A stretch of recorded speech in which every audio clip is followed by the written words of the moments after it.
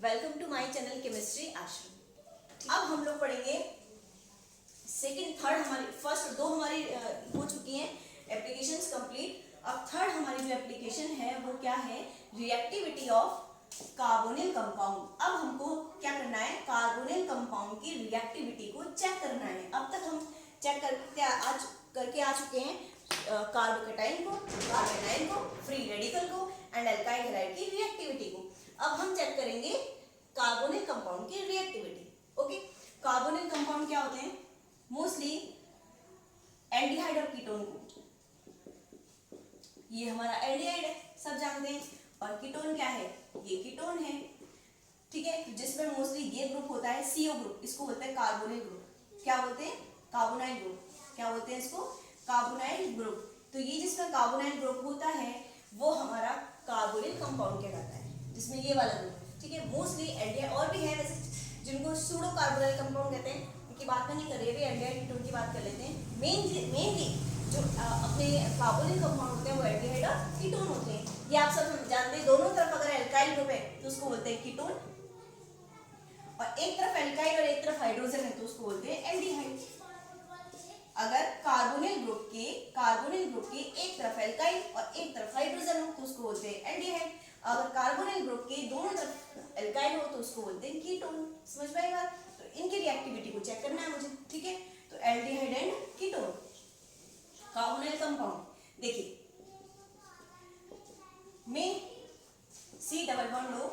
अब मुझे बता सकते हैं इसमें कौन एल्डिहाइड है कौन कीटोन है?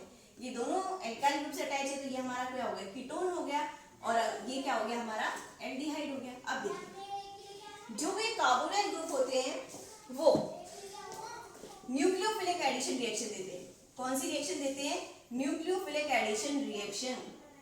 कैसे पता चला आपको कि न्यूक्लियोफिलिक एडिशन रिएक्शन देते हैं? रटने की बिल्कुल भी जरूरत नहीं है यहाँ पे। ठीक है, देखिए मैं जो मेरा सेकेंड लेक्चर था, जब मैंने इलेक्ट्रोफाइल पढ़ाया था तो मैंने वहां पर बताया था कि जो ये एल्डिहाइड और कीटोन होते हैं या फिर इस ग्रुप की वाली जो चीजें होती है वो इलेक्ट्रोफाइल होती है। क्या होती है, और वो क्यों होती है आप सेकेंड वीडियो में जाके देखिएगा। इलेक्ट्रोफाइल होती है, तो जो इलेक्ट्रोफाइल होगा उस पर किसका अटैक होगा, यहाँ वहां मैं ये भी बता चुकी हूँ। जो इलेक्ट्रोफाइल होगा उस पर न्यूक्लियोफाइल का अटैक होगा, और जो न्यूक्लियोफाइल होगा उस पर किसका अटैक होगा, इलेक्ट्रोफाइल का अटैक होगा। बता चुकी हूँ ये चीज। तो अभी हमारा इससे मतलब नहीं है, कार्बोनिल कंपाउंड हमारे क्या है, इलेक्ट्रोफाइल है, तो किसका अटैक होगा, न्यूक्लियोफाइल का। जिसका अटैक होता है उसकी नेम से रिएक्शन होती है। जैसे न्यूक्लियोफाइल का अटैक हो रहा है तो रिएक्शन का नाम क्या होगा, न्यूक्लियोफिलिक एडिशन रिएक्शन। कौन सी, न्यूक्लियोफिलिक एडिशन या सब्स्टिट्यूशन जो भी है।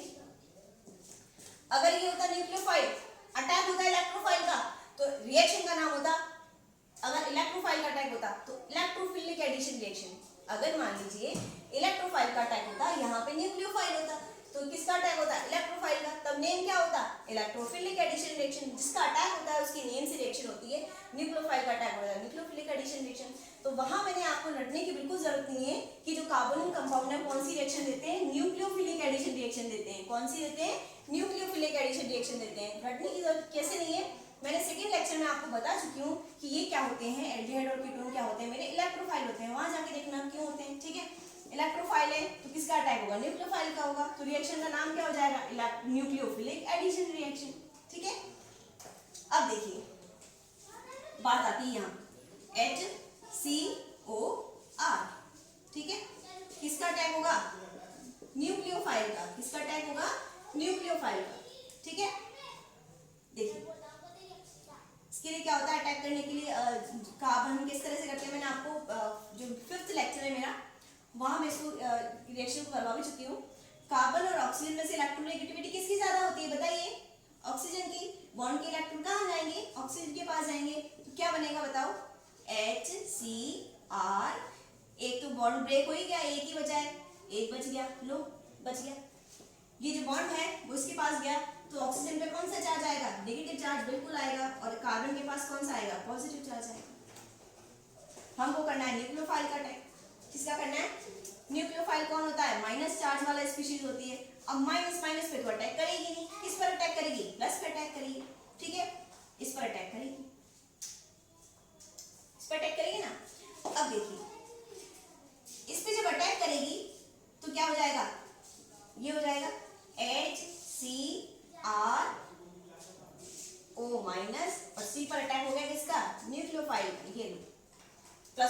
बैलेंस हो गए, न्यूट्रल हो गए, और H C R और किस पे अटैक हो गया, NU मैंने जोड़ दिया इस पे।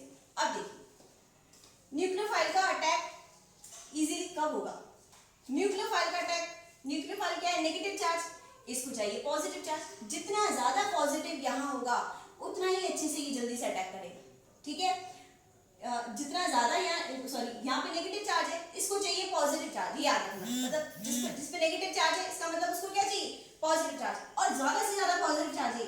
अगर कम पॉजिटिव चार्ज है तो अटैक कम होगा, अच्छे से नहीं होगा, या रिएक्टिविटी कम होगी, और अगर ज्यादा पॉजिटिव चार्ज है, बहुत ज्यादा पॉजिटिव चार्ज है, तो जल्दी से अटैक होगा, इसका मतलब जल्दी से मतलब अटैक होने का मतलब क्या, रिएक्टिविटी ज्यादा होगी, जल्दी से अटैक होगा इसका मतलब रिएक्टिविटी ज्यादा होगी। अब मुझे ये चेक करना है कि क्वेश्चन आ भी चुका है 12th क्लास के अंदर, तो एल्डिहाइड और कीटोन में से किसकी रिएक्टिविटी ज्यादा होती है इस रिएक्शन के लिए, एल्डिहाइड और, अभी मैंने बता चुकी हूँ रिएक्शन कैसे होनी है। अब देखिए एल्डिहाइड और कीटोन में से किसकी रिएक्टिविटी ज्यादा होती है न्यूक्लियोफिलिक एडिशन के लिए, ये वाली रिएक्शन देते हैं ये लोग, एल्डिहाइड और कीटोन कौन सी रिएक्शन देते हैं, ये वाली रिएक्शन देते हैं, न्यूक्लियोफिलिक एडिशन। तो इस एडिशन के लिए या इस रिएक्शन के लिए इन दोनों में से किसकी रिएक्टिविटी ज्यादा होगी, ये चेक करना है हमको। अब ये इंडक्टिव इफेक्ट के थ्रू चेक होगा, कैसे होगा, देखिए यहाँ पे देखिए हाइड्रोजन जुड़ा हुआ है, ये तो अपने को इलेक्ट्रॉन देता नहीं, ना तो लेता है ना देता, न्यूट्रल रहता है। R alkyl group electron donor है, ये देगा इलेक्ट्रॉन डोनर, एक इलेक्ट्रॉन दे रहा है उसको, एक R, जबकि यहाँ पे कितने दे रहे हैं, ये भी दे रहा है, ये भी दे रहा है, दो दे रहे हैं, ठीक है। अब जब मैंने अभी रिएक्शन बताई थी तो मैंने कहा था इस तरह से होता है, बताया था ना, न्यूक्लियोफाइल का अटैक होता है किसके पास, पॉजिटिव, इसके जितना ज्यादा यहाँ पॉजिटिव चार्ज होगा उतना ही जल्दी न्यूक्लियोफाइल का अटैक होगा और उतनी रिएक्टिविटी उसकी बढ़ जाएगी। अब चेक करें यहाँ पे जल्दी अटैक होगा कि यहाँ पे अटैक होगा, देखिए इसको ये ऊपर चला जाएगा इधर, तो यहाँ पर कौन सा चार्ज आएगा, मैं लगा रही हूँ, यहाँ पर नेगेटिव चार्ज आएगा और यहाँ पर कौन सा आएगा, पॉजिटिव चार्ज। इसी तरह से मैंने यहाँ पे नेगेटिव चार्ज कर दिया, यहाँ पॉजिटिव कर दिया, ठीक है। अब देखिए यहाँ पे एक R इलेक्ट्रॉन दे रहा है, इसको कार्बन को दे रहा है कि नहीं दे रहा, एल्काइल ग्रुप एक इलेक्ट्रॉन दे रहा है, ठीक है, एक एल्काइल ग्रुप इलेक्ट्रॉन दे रहा है, तो इसका पॉजिटिव चार्ज कुछ बैलेंस हो जाएगा, ठीक है, कुछ इसकी जो कमी है वो पूरी कर देगा R। लेकिन यहाँ पे दो एल्काइल ग्रुप कार्बन को इलेक्ट्रॉन दे रहे हैं, तो इसका कार्बन का जो पॉजिटिव चार्ज है वो तो वैसे ही बैलेंस हो गया, वैसे ही बैलेंस हो गया वो तो, ठीक है। जबकि हमको तो चाहिए यहाँ पे ज्यादा से ज्यादा पॉजिटिव चार्ज, तभी तो न्यूक्लियोफाइल का अटैक होगा, जितना ज्यादा पॉजिटिव चार्ज होगा उतने ही ज्यादा न्यूक्लियोफाइल का अटैक होगा, उसकी रिएक्टिविटी उतनी ज्यादा होगी। यहाँ पे ज्यादा से ज्यादा पॉजिटिव चार्ज होना चाहिए। अब देखो यहाँ पे ज्यादा पॉजिटिव चार्ज होगा इस कार्बन पे कि इस कार्बन पे, देखिए इस कार्बन पे जो पॉजिटिव चार्ज है वो हमारा कम होगा।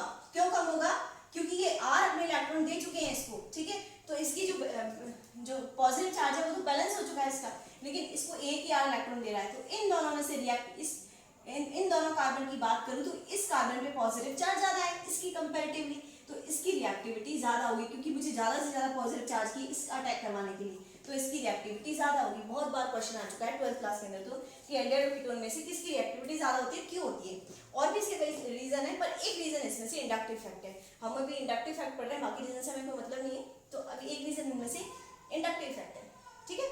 वैसे मैं एक और बता देती हूँ आप लोग के लिए, देखिए एक रीजन और देख लीजिए, हालांकि इंडक्टिव इफेक्ट से उसका कोई लेना देना नहीं है, फिर भी देख लीजिए। हम जानते हैं हाइड्रोजन तो होता है छोटा, एल्काइल ग्रुप होता है बड़ा, मिनिमम मिथाइल तो लोगे ही लोगे, CH3 तो लोगे ही लोगे मैं, ठीक है, एक कार्बन उसके ऊपर 3 H लगे हुए हैं, ठीक है। यहाँ पे 2 R ग्रुप है, यहाँ पे एक H तो बेचारा छोटा सही है, एक R बड़ा है, यहाँ पे दोनों R बड़े हैं। तो जब न्यूक्लियोफाइल अटैक करने के लिए आएगा, जब न्यूक्लियोफाइल यहाँ पर अटैक करने के लिए आएगा और यहाँ पर अटैक करने के लिए आएगा, तो यहाँ बड़े बड़े ग्रुप से क्या हो जाएगा, उसका रिपल्शन हो जाएगा, ठीक है, इसको धक्का दे देंगे वो न्यूक्लियोफाइल को। जबकि यहाँ पे एक H ग्रुप तो छोटा है, तो इधर से आराम से अटैक कर सकेगा, इधर तो एल्काइल इधर से अटैक हो जाएगा उसका न्यूक्लियोफाइल का, जबकि यहाँ पे ना तो इधर से कर पाएगा बेचारा अटैक, ना इधर से कर पाएगा, अटैक ही नहीं कर पाएगा न्यूक्लियोफाइल। जब अटैक ही नहीं कर पाएगा तो जुड़ नहीं पाएगा, और जुड़ नहीं पाएगा तो रिएक्टिविटी उसकी कब, रिएक्शन ही नहीं होगी, तो रिएक्टिविटी तो अपने आप कम ही हो जाएगी उसकी, ठीक है। तो इसका एक रीजन तो इंडक्टिव इफेक्ट है, जो हमको चेक करना है वो मैंने बता दिया, यहाँ कार्बन में पॉजिटिव चार्ज का रीजन, ठीक है। और दूसरा रीजन हमारा स्टेरिक रिपल्शन है, स्टेरिक रिपल्शन बोलते हैं, बड़े बड़े ग्रुप्स के बीच में जो रिपल्शन होता है उसको बोलते हैं स्टेरिक रिपल्शन, ठीक है। तो न्यूक्लियोफाइल जब आएगा तो ये ग्रुप उसको अटैक नहीं करने देंगे इसकी बेचारे के ऊपर, ठीक है। तो ये रीजन दूसरा जो हमारे अभी फिलहाल काम का नहीं है इंडक्टिव इफेक्ट में, ठीक है। अब अगर मैं पूछूं आपसे एक क्वेश्चन देते हुए, अब आप लोग मुझे बताइए कि किस कार्बोनेट कंपाउंड की रिएक्टिविटी सबसे ज्यादा है। देखिए मैं दे रही हूं, ये लो, एक तो ये है, एक ये है, ठीक है।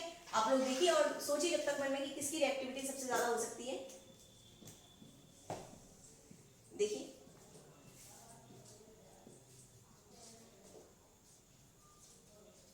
देखिए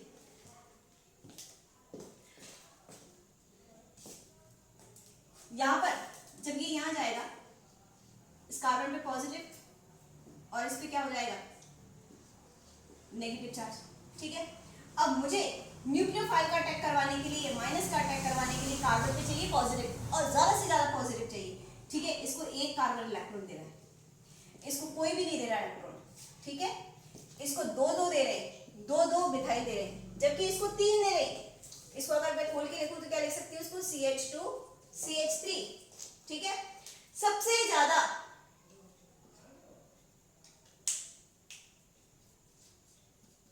इसको मैं इस तरह से लिख देती हूँ, समझ में आ जाएगा।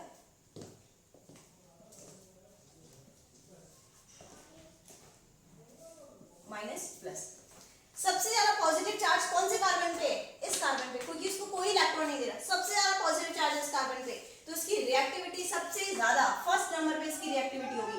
उसके बाद देखो इसकी होगी सेकंड नंबर पे, क्योंकि एक ही दे रहा है इसको दो दे रहे हैं, उसको तीन तीन दे रहे हैं, तो थर्ड नंबर पे ये आ गया। और फोर्थ नंबर पे सबसे कम रिएक्टिविटी इसकी ज्यादा, क्योंकि सबसे कम पॉजिटिव चार्ज इस कार्बन पे है, तो न्यूक्लियोफाइल का अटैक ही नहीं हो पाएगा, ठीक है। तो ये हमारा एग्जांपल है रिएक्टिविटी ऑफ कार्बोनिक कंपाउंड का। इस तरह से क्वेश्चन आ जाए तो हम आराम से चेक कर सकते हैं कि कौन से कार्बोनिक कंपाउंड की रिएक्टिविटी सबसे ज्यादा होगी न्यूक्लियोफिलिक एडिशन के लिए। मैं किसके लिए बात कर रही हूँ, न्यूक्लियोफिलिक एडिशन के लिए, समझ में आएगा। अब ये हमारी थर्ड जो हमारा इंडक्टिव इफेक्ट का एप्लीकेशन है वो कंप्लीट हो चुका है। अब फोर्थ हम पढ़ेंगे, फोर्थ रिएक्टिविटी ऑफ अल्कोहल। क्या पढ़ेंगे, रिएक्टिविटी ऑफ अल्कोहल।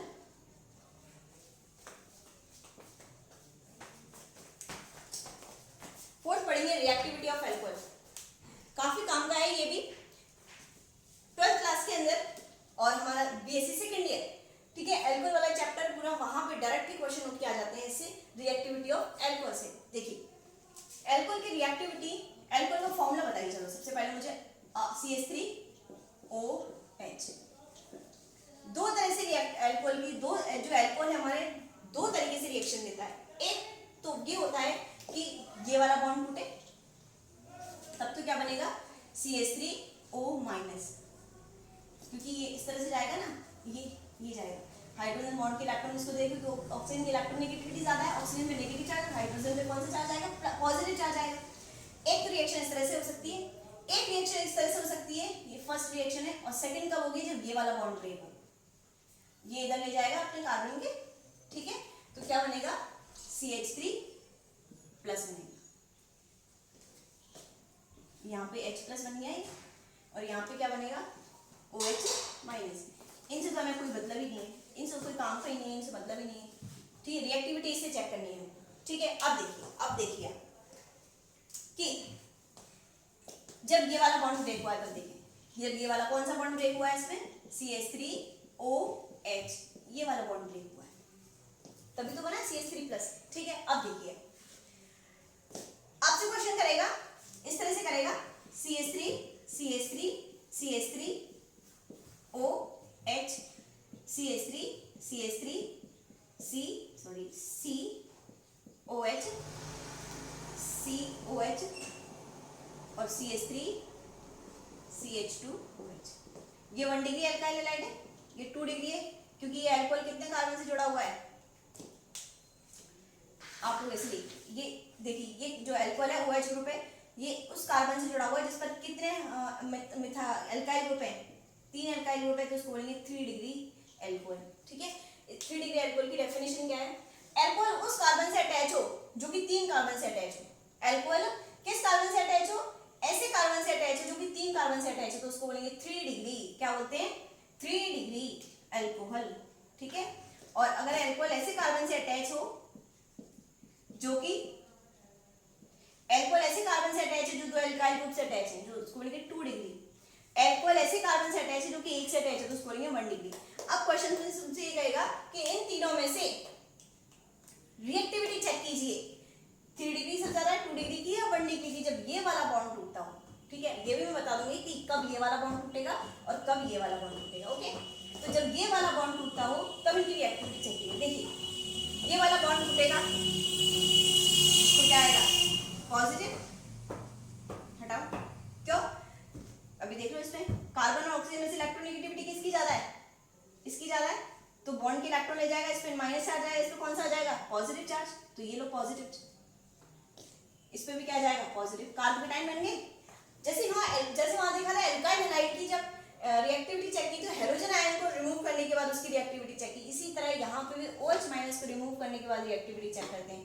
अब ये 3 डिग्री कार्बोकेटाइन बन गया, 2 डिग्री कार्बोकेटाइन बन गया और वो 1 डिग्री कार्बोकेटाइन। अब इजीली आप बता दोगे क्योंकि पहले ही समझा दिया मैंने कि सबसे ज्यादा कार्बोकेटाइन कौन सा स्टेबल होता है, ये वाला कार्बोकेटाइन सबसे ज्यादा स्टेबल होता है। क्यों होता है भाई, क्यों, क्योंकि इसको 3 मिथाइल ग्रुप अपने इलेक्ट्रॉन दे रहे हैं, तो इसका जो कार्बन का जो पॉजिटिव चार्ज है वो बैलेंस हो जाएगा। कोई भी चीज अपनी न्यूट्रलिटी की तरफ भागती है, कोई भी आयन अगर है तो वो अपनी न्यूट्रलिटी की तरफ भागेगा। ठीक है, इसमें सबसे ज्यादा न्यूट्रल ये हो जाएगा, फिर उसके बाद ये, इसके बाद ये, तो सबसे ज्यादा स्टेबल कौन सा हो गया, मोर स्टेबल हो गया ये। 3 डिग्री मैंने हमेशा बता चुकी हूँ, पहले भी, अभी थोड़ी देर पहले भी बताया था, 3 डिग्री मोर स्टेबल होता है, 2 डिग्री होता है। ठीक है, फिर मैंने थोड़ी देर पहले बताया था कि जो ज्यादा स्टेबल होगा, जैसे मान लीजिए CH3 CH3 CH3 COH। ठीक है, अब देखिए मुझे रिएक्शन करवानी है HCl से, या फिर कह दो मुझे रिएक्शन करवानी है, तो ये रिएक्शन आप मुझे बताओ कि सब जल्दी होगी लेट होगी, उसके लिए हमें क्या करना पड़ेगा, ये इसकी रिएक्टिविटी चेक करनी पड़ेगी, इसकी स्टेबिलिटी चेक करनी पड़ेगी। अगर ये मोर स्टेबल है तो फटाफट इससे ये बन जाएगा, अगर ये मोर स्टेबल है तो इससे फटाफट ये बन जाएगा और हमारी रिएक्शन हो जाएगी। अगर ये स्टेबल कम है, अगर ये कम स्टेबल होता तो इससे ये नहीं बनता और रिएक्शन नहीं होती हमारी। ये मोर स्टेबल है तो फटाफट इससे ये बन जाएगा और हमारी रिएक्शन हो जाएगी। यानी कि 3 डिग्री अल्कोहल जब ये वाला बॉन्ड टूटता है तब 3 डिग्री अल्कोहल मोर स्टेबल होता है, जल्दी से रिएक्शन इजीली जल्दी से हमारी हो जाती है रिएक्शन। ठीक है, तो देखिए बहुत सारे एग्जांपल्स है, मैं आपको एग्जांपल्स भी दे देती हूँ। यहाँ पे तो आपको 12th क्लास का जो अल्कोहल वाला चैप्टर है वहां पे 12th और सेकंड ईयर के अंदर जो अल्कोहल वाला चैप्टर है वहां पे रिएक्शन लर्न नहीं करनी पड़ेगी, अपने आप रिएक्शन हो जाएगी तुम्हारी। HCl से रिएक्शन, PCl5 से रिएक्शन, SOCl2 से रिएक्शन, PCl3 से रिएक्शन, ये सारे इसके एग्जांपल हैं जहाँ पे ये कार्बन ऑक्सीजन वाला बॉन्ड। मैं आपको एग्जांपल देती हूँ, CH3OH और एक एग्जांपल मैंने दिया CH3 CH3COH। अब मुझे इसकी भी HCl से रिएक्शन करवानी है और इसकी भी HCl से रिएक्शन करवानी है, तो बताइए जल्दी कौन सी रिएक्शन होगी। देखिए, तो मुझे OH रिमूव करने के बाद स्टेबिलिटी चेक करनी पड़ेगी।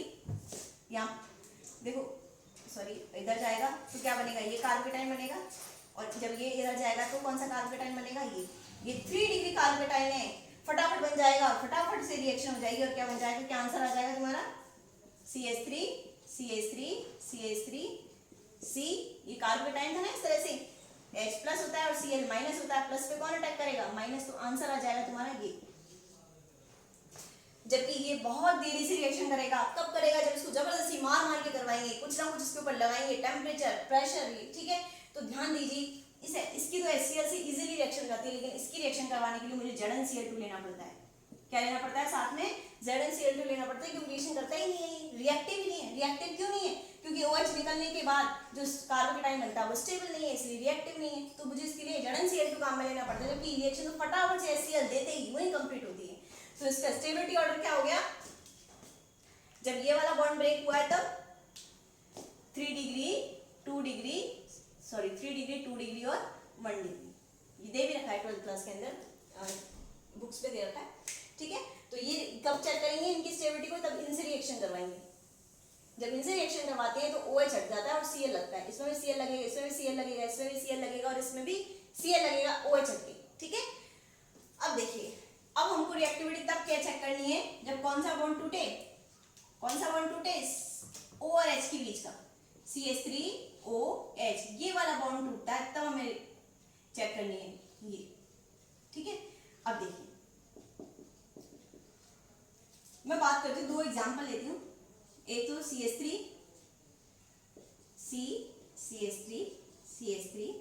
OH ले लिया, एक एग्जाम्पल मैंने ले लिया CH3 OH ले लिया, ठीक है। अब बॉन्ड कौन सा ब्रेक होना है, ये वाला ब्रेक होना है, ठीक है। तो क्या बनेगा, CH3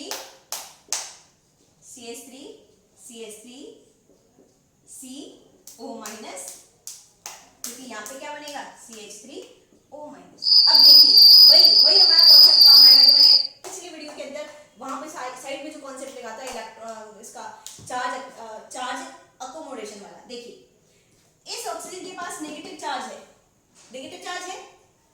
ठीक है। एक तो पहले से नेगेटिव चार्ज, ऊपर से ये इतने सारे इलेक्ट्रॉन लेने वाले इसको मिल गए एल्काइल को, ठीक है। तो इस पर इतना ज्यादा नेगेटिव चार्ज हो जाएगा, ये अनस्टेबल हो जाएगा, ये बहुत ज्यादा अनस्टेबल हो जाएगा और रिएक्शन ही नहीं होगी ये वाली, क्योंकि कोई भी चीज अपनी स्टेबिलिटी की तरफ भागना चाहती है, ये अनस्टेबल है। तो बताइए जब ये अनस्टेबल है तो इससे ये क्या बन पाएगा, इससे ये बन पाएगा, बिल्कुल नहीं बन पाएगा। अगर ये तब बनता जब ये स्टेबल होता, तब इससे ये बनता। ये अनस्टेबल है तो इससे ये बनेगा ही नहीं, ये ऐसे की ऐसे ही पड़ा रहेगा, तो रिएक्शन होगी ही नहीं हमारी। रिएक्शन कब होगी, जब ये बने तभी तो रिएक्शन होगी, ठीक है। तो देखिए ये अनस्टेबल क्यों है, चार्ज अकोमोडेशन वाला कॉन्सेप्ट काम आ रहा है, जो मैंने पिछले वीडियोस के अंदर बताया, वीडियो में बताया था, लास्ट वीडियो इससे जस्ट पहले वाला। देखिए ऑक्सीजन के पास पहले से ही नेगेटिव चार्ज, ऊपर से इलेक्ट्रॉन मिल रहे हैं इसको, ये इलेक्ट्रॉन दे रहा है, तो इसकी बहुत ज्यादा अनस्टेबिलिटी इसकी होने के कारण इससे ये नहीं बन पाएगा, ऐसे कैसे पड़ा रहेगा, रिएक्शन होगी नहीं हमारी, ठीक है। 3 डिग्री यानी 3 डिग्री की जो रिएक्टिविटी है वो बहुत, ये वाला बॉन्ड ब्रेक होगा, ठीक है। अब इसको देखिए, इस ऑक्सीजन पे नेगेटिव चार्ज है, इसको कंपेयर करें, इस ऑक्सीजन पे नेगेटिव चार्ज है, इसको एक ही कार्बन, इसको जो है एक ही कार्बन इलेक्ट्रॉन दे रहा है, ठीक है, जबकि इसको इतने सारे दे रहे थे, तो इसकी तुलना में ये ज्यादा स्टेबल है, तो इससे ये बन जाएगा और रिएक्शन हमारी कंप्लीट हो जाएगी, ठीक है। तो देखिए ये कब काम आएगा, हमारा एसिडिटी ऑर्डर, याद है एसिडिटी ऑर्डर एक एस्टरिफिकेशन रिएक्शन में काम आएगा। एक तो एस्टरिफिकेशन रिएक्शन होती है, आप लोग पढ़ लोगे, अगर नहीं पढ़ी ध्यान रखना है इस चीज को। एस्टरिफिकेशन रिएक्शन, उसमें आपको ये वाला बॉन्ड टूटता है एल्कोहल का, जब एल्कोहल और एसिड की क्रिया करवाते हैं तो एस्टर बनता है। इसको एस्टरिफिकेशन रिएक्शन क्यों बोलते हैं, क्योंकि एस्टर फॉर्म होता है इसके अंदर। क्या फॉर्म होता है, एस्टर। जब एल्कोहल और एसिड कार्बोक्सिलिक एसिड की रिएक्शन करवाते हैं तो एस्टर फॉर्म होता है। तो एस्टरिफिकेशन में हमारे ये वाला बॉन्ड टूटता है। ये वाला बॉन्ड टूटने के चक्कर में जो उसकी रिएक्टिविटी होती है वो 3 डिग्री की सबसे ज्यादा नहीं होगी, 1 डिग्री की सबसे ज्यादा होगी, 1 डिग्री की सबसे ज्यादा होगी, फिर 2 डिग्री होगी और फिर 3 डिग्री की होगी। उसका रीजन मैंने अभी बता दिया था, जबकि वहां पे उल्टा हुआ था। ये वाला बॉन्ड टूटा था कार्बन के टाइम बना था, जबकि ये वाला बॉन्ड टूटा है तो क्या बना है, कार्बन ऑक्सीजन के ऊपर नेगेटिव चार्ज आया है, ठीक है, ऑक्साइड बना एक तरह से। तो इसकी स्टेबिलिटी क्या होगी। अब देखिए इस तरह से क्वेश्चन एग्जाम में भी पूछेगा, तुम्हारा वही फर्स्ट सेकंड ईयर और 12th क्लास। वही बताइए कि CH3OH और CH2OH, इन दोनों में से एसिडिटी किसकी ज्यादा है। अब देखो एसिडिटी फटाफट, एल्कोहल की एसिडिटी भी आ जाएगी, तुमको क्वेश्चन आता है एग्जाम में, एसिडिटी किसकी ज्यादा है। देखिए एसिडिटी का मतलब क्या होता है, हिंदी बोलते हैं H+ का त्याग, या इंग्लिश बोलते हैं रिमूवल ऑफ H+, ठीक है। एसिडिटी क्या होती है, रिमूवल ऑफ H+, ये रिमूवल ऑफ H+, ठीक है। तो जब H+ का रिमूव होगा तो यहाँ तो क्या बनेगा CH3O-, क्योंकि जब रिमूव होगा H तो ये क्यों जाएगा, ठीक है, क्योंकि ऑक्सीजन और हाइड्रोजन में से इलेक्ट्रोनेगेटिविटी किसकी ज्यादा, ऑक्सीजन की। और यहाँ पे क्या बनेगा, ये मैथ है, मेथिल है, और ये ऑक्साइड है तो मेथॉक्साइड, ये एथिल है, एथ है तो एथोक्साइड, ठीक है। अब देखिए किसकी एसिडिटी ज्यादा चेक करनी है आपको, तो मैंने ये बना दिया पहले, हाइड्रोजन को रिमूव करके देख लिया। तो देखिए अब देखिए चार्ज अकोमोडेशन किसमें अच्छा है। देखिए यहाँ पे ऑक्सीजन पे नेगेटिव चार्ज और इसको एक कार्बन इलेक्ट्रॉन दे रहा है, जबकि यहाँ पे ऑक्सीजन पे नेगेटिव चार्ज और दो कार्बन इसको इलेक्ट्रॉन दे रहे हैं, तो बेचारे के पास, इसके पास ज्यादा इलेक्ट्रॉन हो जाएंगे यहाँ पे, और रिपल्शन हो जाएगा इलेक्ट्रॉन के बीच में, और अनस्टेबल हो जाएगा, और अनस्टेबिलिटी के चक्कर में ये इससे ये नहीं बन पाएगा, ये नहीं बनेगा इससे, क्योंकि ये अनस्टेबल है, तो इससे ये नहीं बनेगा, और इससे ये नहीं बनेगा तो ऐसे के ऐसे ही पड़ा रहेगा, और ऐसे के ऐसे ही पड़ा रहेगा तो एसिडिटी इसकी कम हो जाएगी। एसिडिटी कम हो जाएगी, एसिडिटी कब होती है इसकी अच्छी, जब H हमारा हटता है यहाँ से। अब H तो हटा ही नहीं हमारा यहाँ से, तो ऐसे कैसे पड़ा है, तो एसिडिटी कम है। जबकि ये ज्यादा स्टेबल है तो इससे ये बन जाएगा, इससे बन जाएगा का अपना एच का एच क्या हो जाएगा हमारा रिमूव हो जाएगा, और एच रिमूव हो गया हमारा तो फटाफट से ये बन जाएगा, यानी कि इसकी एसिडिटी ज्यादा है। तो अगर एसिडिटी पूछ ले तो देखिए 1 डिग्री अल्कोहल की सबसे अच्छी एसिडिटी, 2 डिग्री अल्कोहल की उससे कम, और 3 डिग्री की अल्कोहल की स्टेबिलिटी 1 डिग्री अल्कोहल की एसिडिटी सबसे ज्यादा, 2 डिग्री की उससे कम, और 3 डिग्री अल्कोहल की एसिडिटी सबसे कम। तो अल्कोहल की एसिडिटी का क्वेश्चन कई बार आ चुका है, तो आंसर आप गलती तो नहीं करोगे, ठीक है, बिल्कुल भी मत करना, क्योंकि मैंने बिल्कुल अच्छे से कॉन्सेप्ट समझाया है चार्ज अकोमोडेशन के थ्रू। समझ में आई बात, ठीक है। तो यही है हमारा। चलो एक क्वेश्चन और लेगा एसिडिटी का, उससे और क्लियर हो जाएगा। हमारा टॉपिक तो कंप्लीट हो चुका है, ठीक है। लास्ट क्वेश्चन करवा रहे हैं। देखिए CH3CH3COH, बताइए इसकी एसिडिटी कम होगी कि ज्यादा होगी, मोर और लेस, किस पे टिक करना है, बताइए जल्दी से आंसर मुझे, किस पे टिक करना है, मोर पे या लेस पे। देखिए अपने को एसिडिटी चेक करनी है। एसिडिटी में क्या होता है, हाइड्रोजन का रिमूवल H+। एसिडिटी किसको बोलते हैं, H+ का त्याग या रिमूवल ऑफ H+। तो देखिए ये रिमूव, तो क्या बनेगा answer, answer CH3CO plus H+, remove हो गया, एसिडिटी के लिए मैंने रिमूव किया। अब देखिए एक तो वैसे ऑक्सीजन के पास नेगेटिव चार्ज, और बेचारे को इतने सारे इलेक्ट्रॉन दे रहे हैं, तो इसकी बहुत ज्यादा अनस्टेबल हो जाएगा।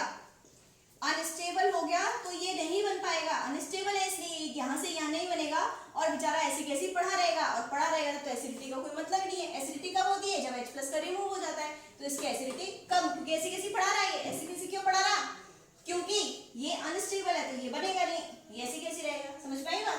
तो ये हमारा आज का लेक्चर कंप्लीट हो चुका, ठीक है। अगर वीडियो अच्छा लगे तो लाइक और शेयर, और चैनल को सब्सक्राइब करना बिल्कुल भी नहीं भूलना, ठीक है, ताकि आगे की नोटिफिकेशन आपको इजीली मिल सके, और आगे मैं आपको अच्छे वीडियो करवा सकूं। तो हम लोगों ने 4 इसकी एप्लीकेशंस पढ़ चुके हैं, 3 तो आज पढ़ ली, एक पहले पढ़ ली, 3 इसके एप्लीकेशंस और वो बहुत ज़्यादा काम किए, वहाँ से क्वेश्चन एसिडिटी और बेसिसिटी की जो एप्लीकेशन है बाकी है हमारी, ठीक है, उनको अब कंप्लीट करने के बाद हमारा application of inductive effect complete हो जाएगा। उसके बाद हम हाइपर कॉन्जुगेशन पे चलेंगे, ओके।